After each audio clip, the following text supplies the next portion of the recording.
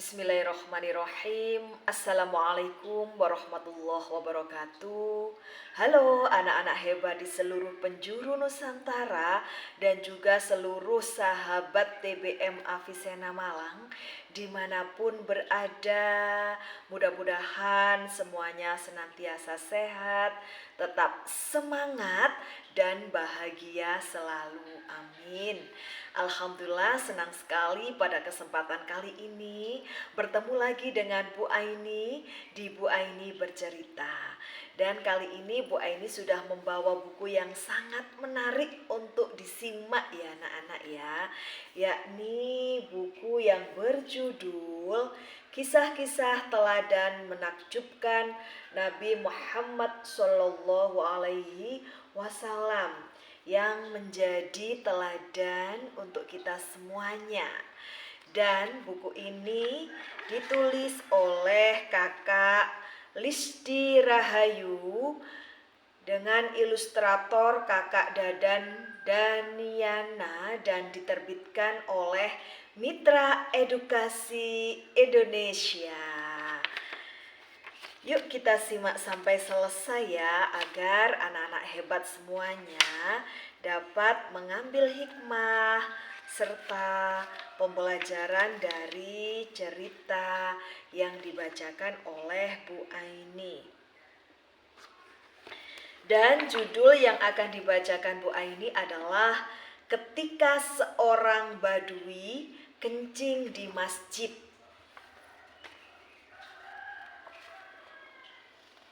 Hadis riwayat Bukhari dan Muslim menjelaskan bahwa dari Anas bin Malik radhiyallahu an, beliau berkata, seorang Arab Badui pernah memasuki masjid. Lantas dia kencing di salah satu sisi masjid. Lalu para sahabat menghardik orang ini. Namun Nabi Shallallahu Alaihi Wasallam melarang tindakan para sahabat tersebut. Tatkala orang tadi telah menyelesaikan hajatnya, Nabi Shallallahu Alaihi Wasallam lantas memerintahkan para sahabat untuk mengambil air. Kemudian bekas kencing itu pun disirami. Pada masa itu masjid menjadi pusat aktivitas kaum muslimin. Setelah melaksanakan sholat berjamaah, biasanya Rasulullah mengumpulkan para sahabat untuk menyampaikan segala hal, dari ilmu agama, mengenai urusan sehari-hari, dan juga bidang pemerintahan. Tak jarang para sahabat menjadikan majelis tersebut untuk bertanya, mengadukan berbagai permasalahan yang sedang dialami oleh mereka, dan meminta pendapat Rasulullah Shallallahu Alaihi Wasallam. Mereka juga meminta fatwa kepada Rasulullah tentang apa yang harus mereka lakukan. Dengan demikian, para sahabat yang berkumpul di majelis tersebut selain mendapatkan ilmu, juga seringkali mereka saling menolong satu sama lainnya ketika ada yang sedang kesusahan atau ditimpa masalah.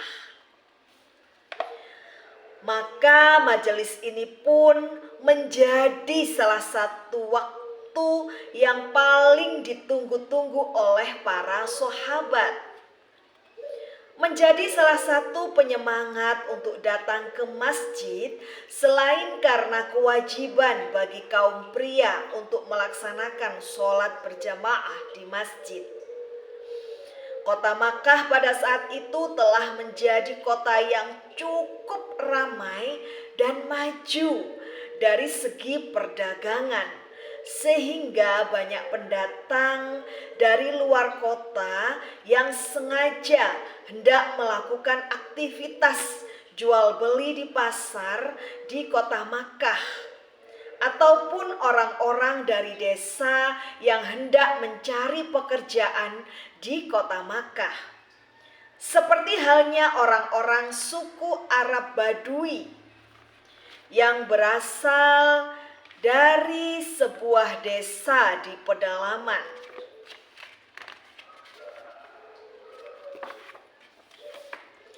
Mereka umumnya mencari pekerjaan sebagai pelayan ataupun kuli angkut barang di kota Makkah.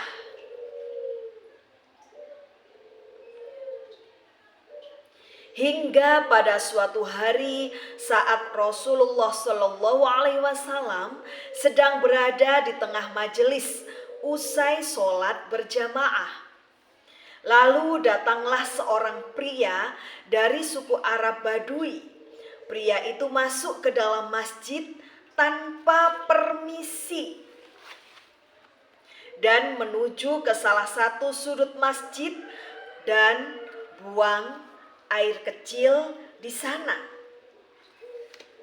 Para sahabat yang melihat hal tersebut merasa sangat marah dan tersinggung melihat kelakuan pria Arab Badui tadi. Mereka pun berdiri dengan raut muka penuh kesesalan dan penuh kekesalan, hendak melarang dan menghardik pria Badui tadi. Akan tetapi dengan lembutnya Rasulullah Shallallahu Alaihi Wasallam melarang para sahabat, biarkan dia melakukan hajatnya dan biarkan dia pergi. Sesungguhnya ia melakukan hal tersebut karena tidak mengetahui bahwa apa yang dia lakukan itu salah. Cukup ambil air seember dan siramkanlah pada bekasnya, ujar Rasulullah. Para sahabat pun menuruti perintah Rasulullah. Dengan menahan amarah, mereka kembali duduk dan salah seorang sahabat mengambil seember air serta menyiram bekas air kencing pria Arab Badui tadi. Pada saat itu, lantai masjid masih terbuat dari tanah, belum terbuat dari ubin seperti saat ini.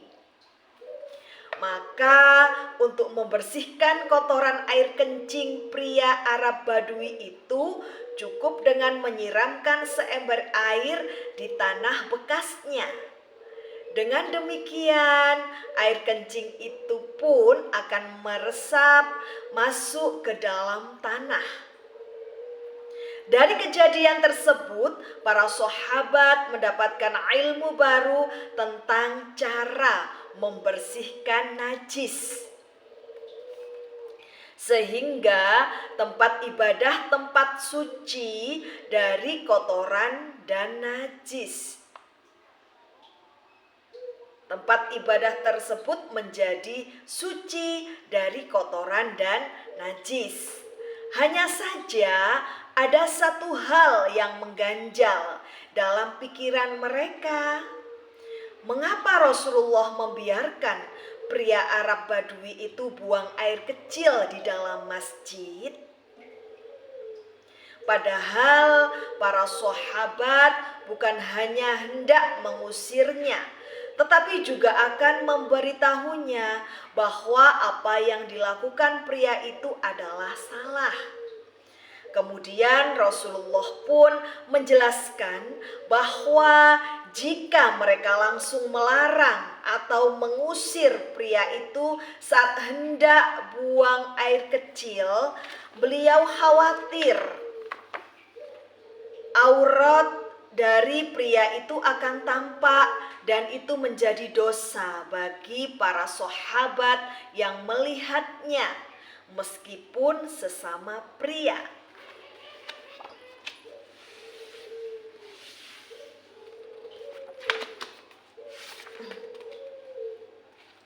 Selain itu Rasulullah khawatir najisnya justru akan tercecer kemana-mana, sehingga akan menyusahkan para sahabat untuk membersihkannya.